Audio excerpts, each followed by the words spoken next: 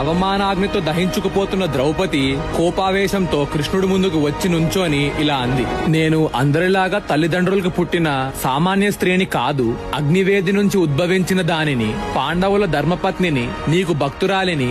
ఒక దుర్మార్గుడు నన్ను జుట్టుపట్టుకొని నిండు సభలోకి ఈడ్చుకురావటం ధర్మమేనా?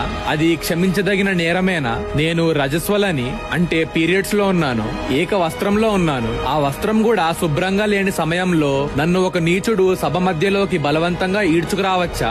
ఈ దారుణాన్ని క్షమించవచ్చా?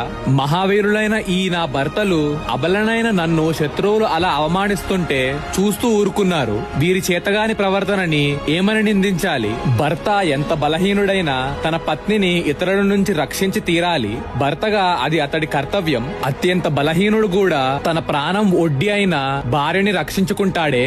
ఇంత బలమున్న ఈ భీమసేనుడు ఏం చేశాడు? ఛీ, ఇతడికి బలముండి ఏం ప్రయోజనం? ఈ అర్జునుడు ఇంత గాంధీవం ధరించి మహావీరుడునని చెప్పుకుంటాడు. ఈ మహావీరుడికి కనీసం భార్యని రక్షించుకోవడానికైనా ఉపయోగపడని పరాక్రమం ఉండి మాత్రం ఏం ప్రయోజనం? ఛీ, ఇటువంటి భర్తల గురించి చెప్పుకోవాలంటేనే సిగ్గేస్తుంది. నా మీద ఇంత అత్యాచారానికి సాహసించిన దుర్యోధనుడు ఇంకా జీవించే ఉన్నాడంటే వీరి పరాక్రమం వ్యర్థం, వీరి పౌరుషం వ్యర్థం. అయినా ఈ పాండవులు ఏనాడు పరాక్రమం చూపించారు గనుక భీముడికి అతి తీవ్రమైన కాలకూట విషం పెట్టి కాళ్ళు చేతులు కట్టేసి నదిలో పారేస్తే నోరెత్తకుండా ఊరుకున్నారు. లక్క ఇంట్లో సజీవ దహనం చేయడానికి పూనుకుంటే దానికి నోరెత్తలేదు. ఒక నీచుడు నన్ను నేల మీద పడేసి జుట్టు పట్టి సభలోకి ఈడ్చుకు వస్తుంటే బొమ్మలలా చూస్తూ ఉండిపోయారు. పౌరుషమున్న వాళ్ళు ఎవరైనా అలా ఊరుకుంటారా? మధుసూదన, నాకు భర్తలు లేరు, పుత్రులు లేరు, బంధువులు లేరు, తండ్రి లేడు, సోదరుడు లేడు, చివరికి నువ్వు కూడా లేవు.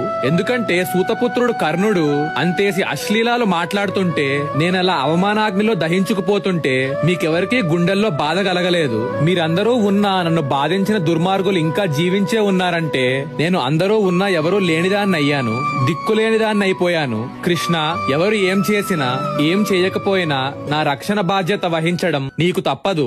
అందుకు మొదటి కారణం నేను నీకు బంధువుని, రెండవ కారణం నేను అగ్నికుండం నుంచి పుట్టాను, సదా గౌరవించవలసిన దానిని, మూడవ కారణం నేను నీకు నిజమైన భక్తురాలిని, నాలుగవ కారణం నన్ను రక్షించే శక్తి నీకొక్కడికే ఉంది అని చెప్పి ద్రౌపది అందరి మధ్య బోరున ఏడ్చింది.